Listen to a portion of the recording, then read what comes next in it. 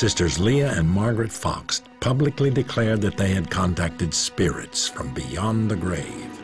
An American fascination for communicating with the dead occurred almost overnight. The Fox sisters used a technique called a seance, which quickly became one of America's most popular pastimes. People gathered in a darkened room while a medium tried to make contact with the spirit world. There would be tambourines and other bells that would sound, and the medium would actually be able to exude, ectoplasm from their nostrils or their mouth, and it was this sort of spiritual substance that allowed the spirits of the dead to manifest and appear. And in other cases, the medium would simply become a conduit or a channel through which the deceased were able to speak. Many who practiced spiritualism believed it would lead to scientific proof of the existence and immortality of the soul. And they gained an iconic champion when the Russian-born Madame Blavatsky arrived in New York at the height of spiritualism's popularity. She soon became the self-proclaimed decoder of ancient occult secrets. She grew up in a wonderful occult library that her father had established. She could see the connections between different cultures, spiritual teachings, and she was attempting to correct the errors of Christianity by bringing in mysticism and spirituality from other cultures. Born in the Ukraine in 1831 to a lower-ranking nobleman, Blavatsky was married early, but she abandoned her husband to spend 10 years traveling the world. She claimed to have studied with mystical adepts in India and Tibet. The exotic cigar-smoking medium became a sensation in the occult circles. She just wouldn't accept limits. She was one of the most educated person anybody who met her had ever met. And they couldn't understand, how could this powerful intellect be in this female body, just chewing up the landscape and producing this tremendous inspiration? Blavatsky's seances were the talk of New York. Mysterious letters would appear, written by spiritual leaders she called the Great White Brotherhood. Blavatsky was not above taking advantage of the popularity of seances to push her own cause, and she used these seances to a very spectacular effect to materialize letters written by these ascended masters as instructions being passed down to her. The Brotherhood dictated to her the books that became the foundation of a new science of mysticism, Theosophy. Blavatsky wrote essentially two gigantic collections, Isis Unveiled and The Secret Doctrine, which purported to be the teachings, the secret teachings of this kind of Eastern brotherhood, the mystery schools of initiation.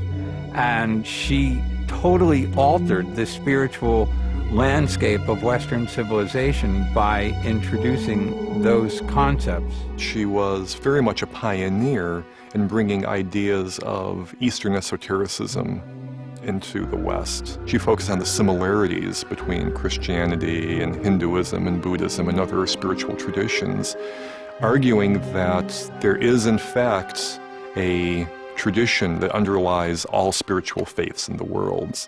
Blavatsky regarded her work as spiritual science and made connections between recent scientific advancements and occult beliefs. Blavatsky promoted the ancient Eastern mystical view that the essential nature of the world was not matter, but energy, which foreshadowed the discoveries of modern physics.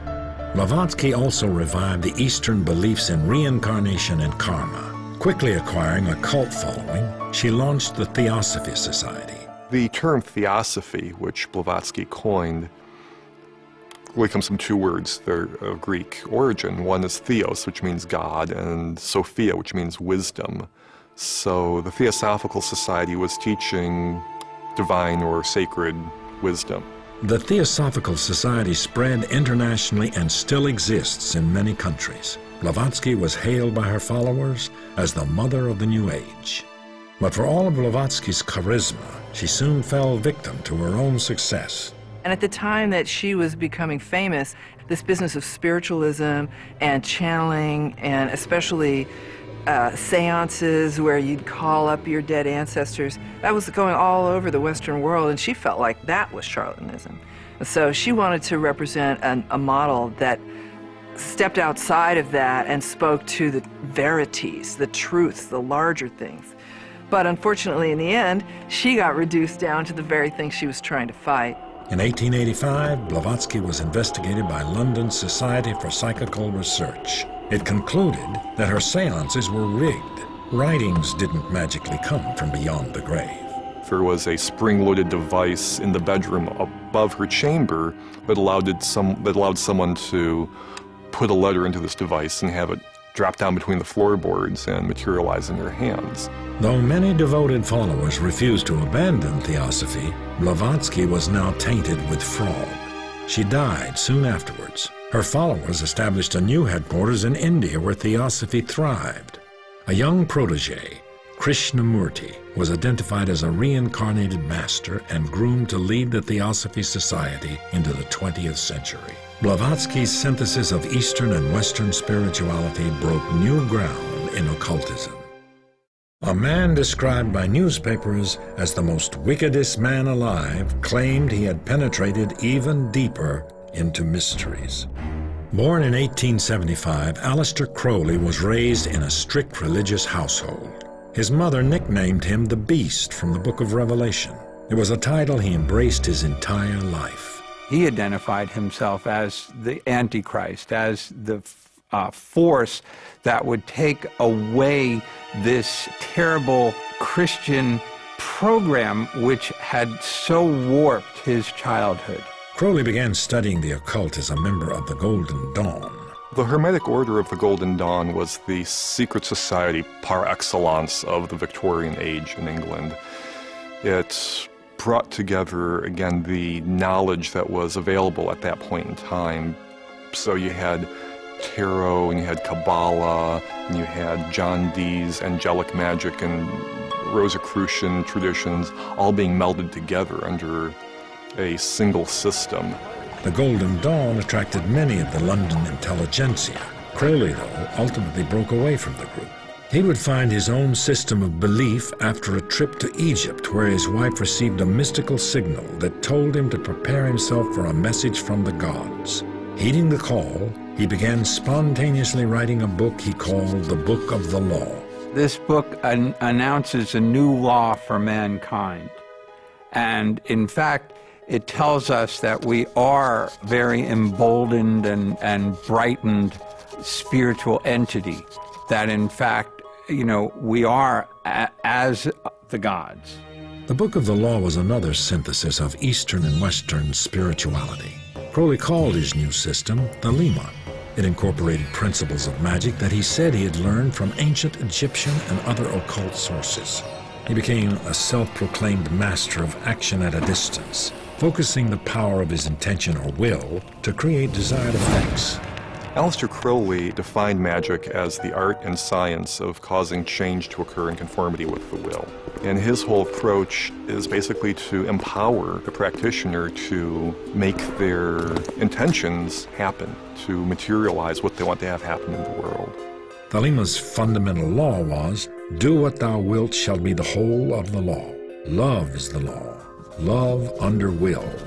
While this may have meant pursuing a higher path for some, for others, it excused every variety of deviant behavior. Some critics claim that Crowley himself was one of its worst offenders. Crowley was practicing sexuality as a spiritual path. He reduced a great deal of symbolic teachings to their essence, which is essentially the duality or the polarity between male and female. And he experimented greatly within that sphere to understand what mysteries were contained within the sexual act. Crowley went on to start his own secret society, the Ordo Templi Orientis, and wrote numerous books about meditation and ceremonial magic. He also helped reinterpret tarot for the 20th century. The tarot is a pictorial representation of occult teachings. It's a method of going within and contacting archetypal levels within oneself, spiritual levels, and entering meditative state in which intuition is heightened, and maybe even, where you can see certain patterns developing because you're in the right state of mind. While popularized by Italian noblemen in the 1300s as playing cards, some say tarot's origins date to ancient Egypt. Over time, they acquired occult significance. Crowley developed a deck of his own called the Book of Thoth, based on the Egyptian magic he had studied.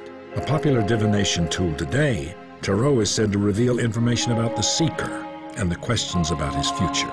Everything that's related in one moment of time is all connected. So if two people come together around a question and they're manipulating an oracular tool like this, but if that manipulation is intended to serve the need and the feeling, then it will make a mirroring reflection of the energy that's produced between the two people.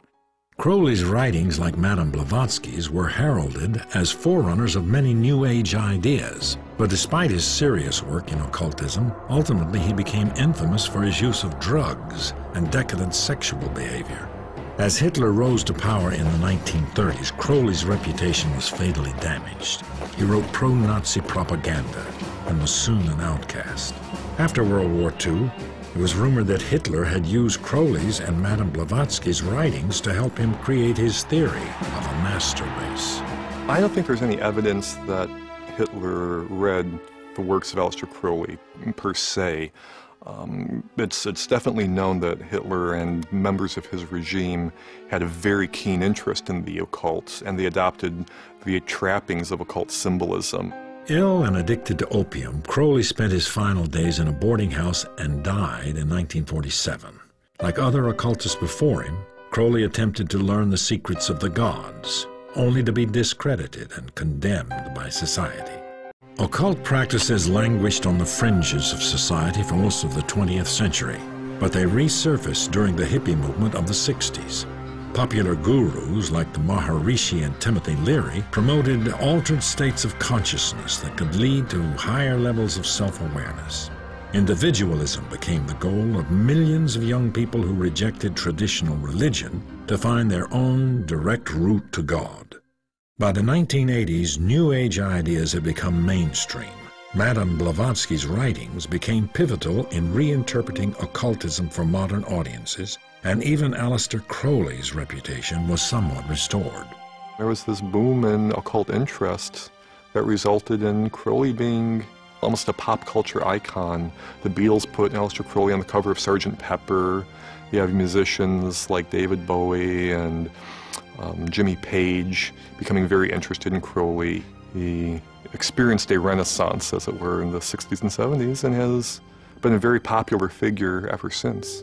Occult belief systems are now embraced by millions of New Age followers who pick and choose from their wide array of concepts to fashion their own individual brand of spirituality.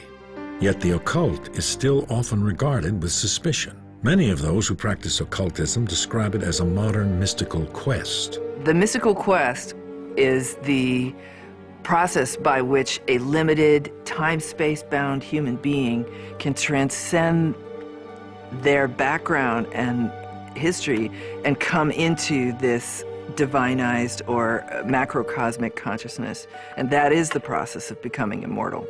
You know, leaving this physical flesh behind and being successively identified with larger and larger realms of reality.